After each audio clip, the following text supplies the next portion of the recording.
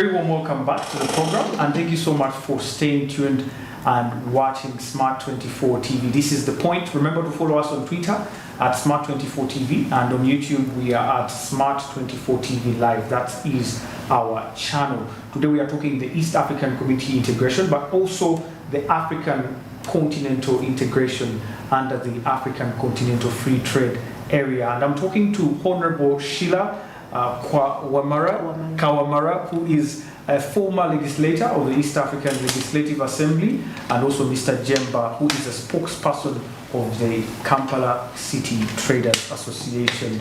And before we went into the break, we of course talked about some of the challenges that are currently being presented as hurdles to our integration, especially economic. And one of them that came out was value addition and the way we handle our products. Now, us being an agricultural country, 80% of our land is arable, so we basically depend on agriculture. The sector also employs over 70% of our young people, and actually the entire employed sector here in Uganda. In your view, Honorable, where do you see us adding value, and in which particular areas haven't actually focused when you talk about especially the agricultural produce that we are producing? For example, when you look at what we are taking out as coffee, it's almost entirely 100% unprocessed, and then we buy that back as processed coffee at very huge prices. Where are the gaps? I thank you. I think where the gaps lie is, would I say, there is a disconnect in this country between the people we rely on to advise us and the people who we rely on to really produce and make money for this country. So there is a total disconnect. You find policymakers are disconnected from the scientists, they are disconnected from the actual producers, and so we are all grappling to survive. So to me that is very dangerous, because when you look at the agriculture sector, because I think since all of us who went to school, we studied that Uganda is an agricultural country, and we are totally dependent. Much of our population are dependent on the soil. And thanks to God that our soils are extremely fertile. We rarely use fertilizers, although we are beginning, because we have overexploited those soils. So we inevitably have to use fertilizers going forward. And we may have to think of, actually the fertilizers even here would be cheaper, because we would use even organic fertilizers. A lot of the food Mr. Jemba was mentioning in our markets, all that can be turned into fertilizers, and it goes back to the wastages in the markets. And of course it's more sustainable. Yes, and it would go back to our gardens to produce more food. But now the disconnect is, how am I going to transform that garbage into fertilizers? And then when we are talking about the production of coffee, for example, we just have maintained the slave mentality. We produce and then send it to the people who know what best they can make out of coffee. There's a lot that can be done out of coffee. And this information is, I don't want to say it's common knowledge, but now it can be got on Mr. Google or Madame Google. If you ask Madame Google, what can we do with coffee? They will give you all the different things. And that would be the starting point. And by the way, we have very brilliant scientists who have written about virtually all the things we produce in this country. But unfortunately, scientists are not entrepreneurs, or they are not business people. They're not trained to be, probably. Yes, so what they do is they produce the knowledge and put it on the shelf. After they have launched their study, and the study is approved and it goes into the research, they do it, and then afterwards they do not bring it down to the actual users. In other countries, the government invests that after this research is produced, we are going to disseminate this information to the relevant people who need it, and these people will apply that knowledge. Unlike here in Uganda, we have these narrows Yeah? And when you go to Naru, you'll find a lot of research that has been done about various products and what we can do out of them. But this information is left with the scientists who produce it. It is not disseminated to the people that need it.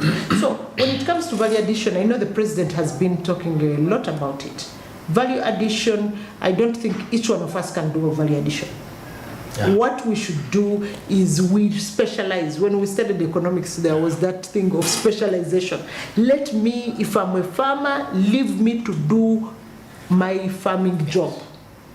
Let the next level of value addition, people who another person does it.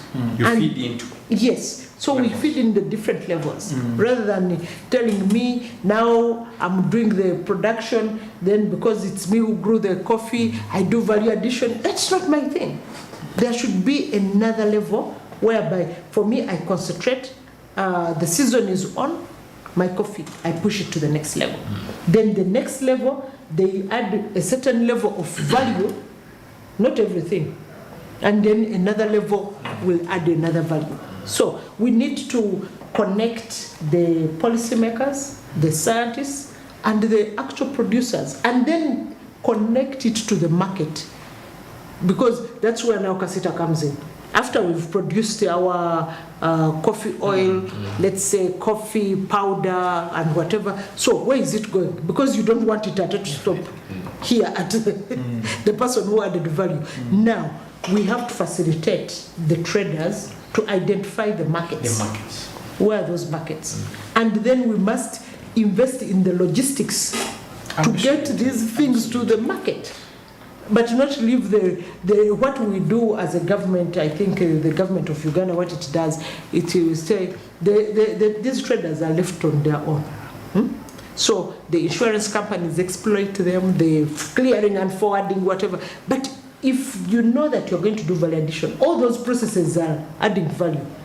Because once we put our things on a trailer, which is heading to let's say to Lagos, and we've decided that we're going to take our things to Lagos, they're not going by air, we should know that they will reach, not to land amongst whatever. So all those things are part of adding value. And then we should know that if I'm trading my things here in Uganda, I don't need to jump onto the trailer. The trailer, I should be assured it will get to Lagos. Definitely. Yeah, come rain, come shine. So that is the whole value chain should be protected by the government. The biggest problem we have as a country, Uganda, is, okay, people reduce it because that's the language we understand. They say capital. It is because the government even has not protected its own citizens against the banks. Because you can't do trade in this country. Actually, if you're going to a commercial bank to borrow, to do business in this country, you've lost it. You lose whatever you've put in the bank. That's why you hear people committing suicide. Simply because the government we should have a trading bank, for example.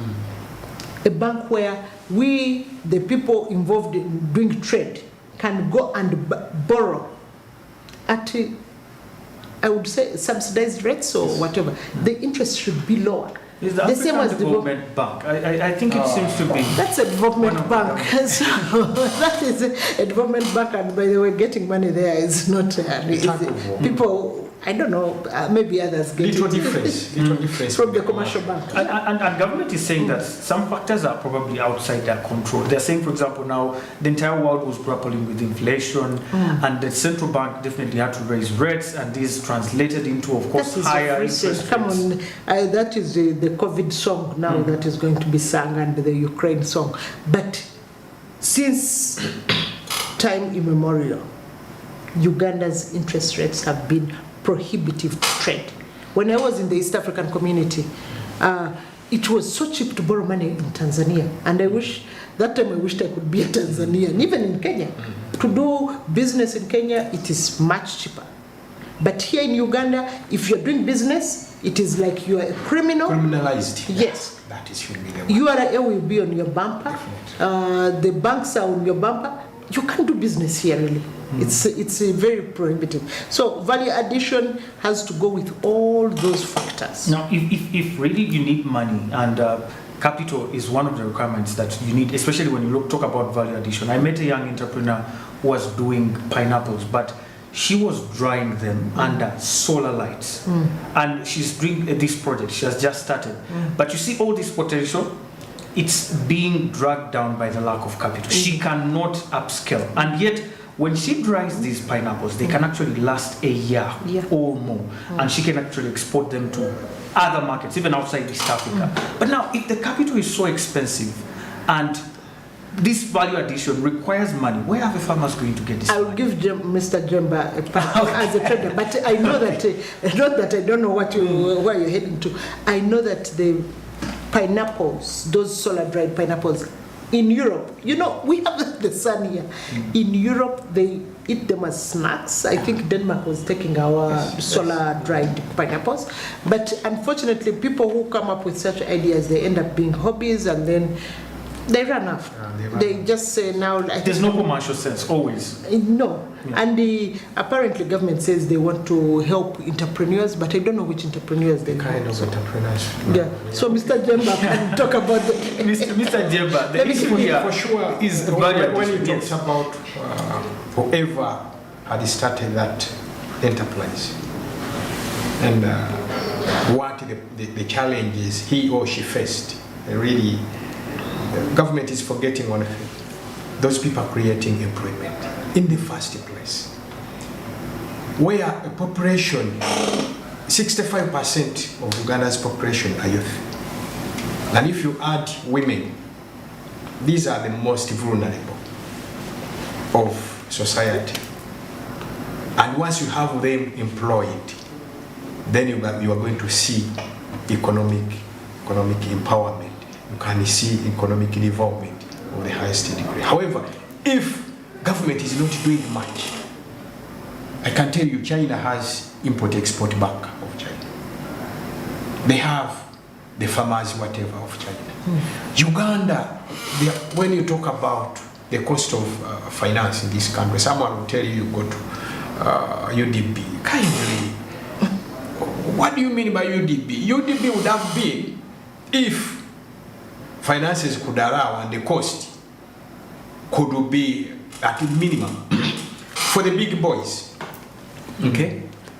You want to go into real estate, you want to start a very big industry, something like that.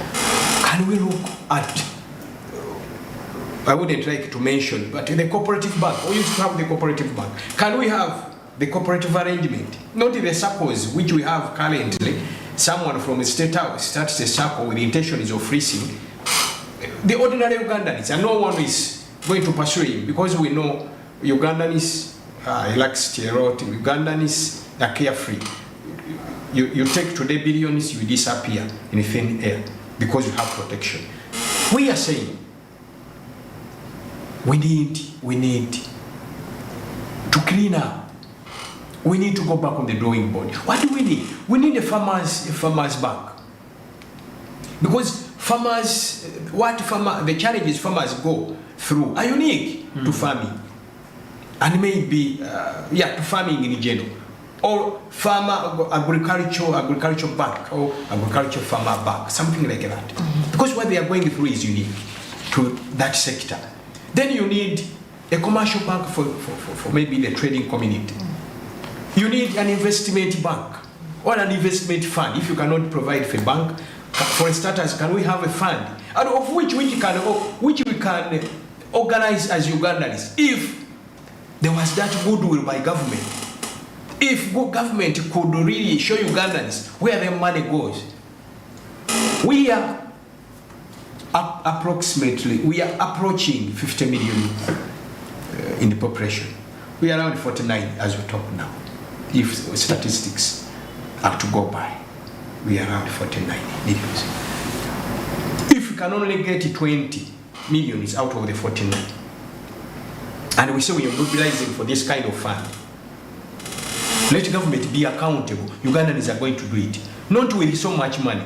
Say 1,000 per week, per person. able-bodied person in this country. 1,000 for 20 millions. You calculate for the next 1 year or even 5 years. You will see where we'll be. But because there is lack of accountability, because we have failed to fight corruption,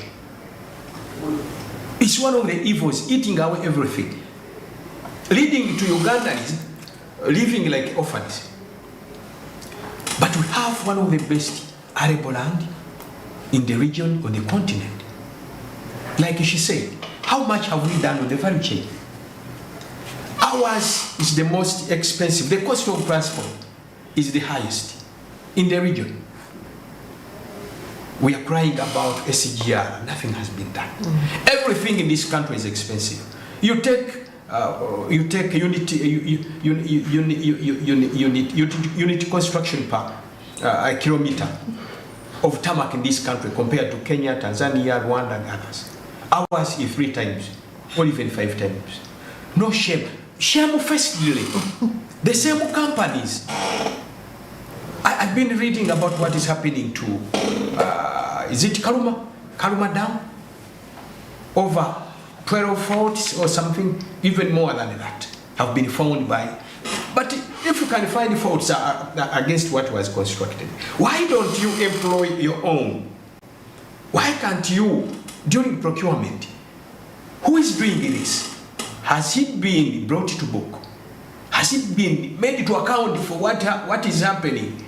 You go to Entebbe Express and find out what is happening on Entebbe Express. Move around the city. How much is the unit cost of patching up, unit cost per square meter of patching up these potholes? We saw billions being earmarked for patching up potholes in the city. Oh my God.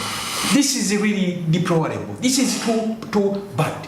When you talk about it, someone will say you're a politician. But in this case, I would like to really support the road mayor. He was the only person who came out to talk against it.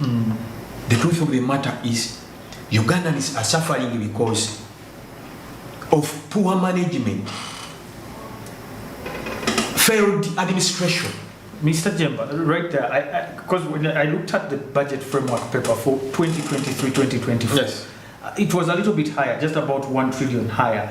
But I looked at all the sectors, just going as per sectors and the different institutions where government is going to invest, and they were all cut. And the prioritization of government this time around was still human capital development at over 9 trillion, governance and security at 7.1 trillion, and integrated support and infrastructure services, which come at the top always. Agro-industrialization was among the least at just 3% of that budget at about 1.499 trillion. Don't you think it's high time government rearranged their priorities, or it's actually a matter of governance? Sir, it's been on record. I'm always saying wherever I go that we're getting our priorities wrong. When you are looking at how much you can do to grow the economy, you must rely where your strengths are. That is agriculture. So can we have agriculture for the first time? It would have been the second. Do we still need to put a lot of emphasis, to put a lot of budget on the issue of governance and security? Sure. The best way of securing any country, especially where we are into the integration, is to have liquid cash into pockets of Ugandans. No one, the best secured nations, the best secured economies, you go to UK, you go to Switzerland, you go down to Botswana, nationals, citizens have enough to spend. Don't expect any kind of insecurity. No kind of machinery can protect an economy. If that is why maybe Russia is not the best among the best performing economies, even where they're providing most of the countries, economies in this globally are buying fertilizers from Russia, and fertilizers which have been benchmarked from their own backyard, not from our own soils. And this is why we are saying When you go back to the drawing board, the scientists, my sister here have talked about, at NADI's facilities, Kawanda and other areas, we would be expecting them to be discussing or trying to do research on how we can start to produce our own fertilizers. And do you know what we need? Or you don't know? Maybe. Sheila, do you know? Urea. Yeah. Just organize this connectivity of sewage in this country. Know where to correct the collection centers of sewage in even Kampala alone can be the change maker of everything in this country. But what is happening? You have broken sewers, you have this, you have that. It's a matter of knowing how best you can have that overhaul of the whole system, sewage system into the country, and then have scientists. How much do you need to develop this? How much can we get once we have developed one of the best organic fertilizers? I have a friend of mine who has gone that extra mile to do research. He has started producing. He has at least one of the best on the market. But it was a tug of war registering this fertilizer. He registered it in Kenya. He was failed to register it in Uganda. We as Male Pharmaceuticals, we had this, how do you call it, for ticks. It's a pesticide? Pesticide, yes, for ticks. It could kill ticks instantly from Vietnam. And do you know what happened? By then, a certain minister who was in government, because had an interest. You know, these are some of the most political products we are talking about. Someone is looking at it for a livelihood. It's just like people are talking about pharmaceutical companies globally. They are very big cartels. They intend to keep you as slaves. This is what is happening to this country now. Someone knows he's going to import a pesticide which is not going to last 3 months. For the first time, it will be effective. After 6 months, you'll be buying for nothing. You'll be losing money, but it's gaining money and becoming billionaires or even trillionaires. And they are all being protected. They are all within government. We are saying, can't we really have that sense of ownership? Can't we really think about, because whatever we are getting, be it 1 coin or 0.1 of a coin, we are milking the ordinary Ugandans who are not even earning 30,000, 100,000 shillings per month. These need protection by having effective products on the market, by having standard products on the market. Be them for agriculture, be them for anything else. We have to take short of that short break. Nothing is going to be achieved. Thank you, Mr. Jemba, for your submission there. We have to take our last break here.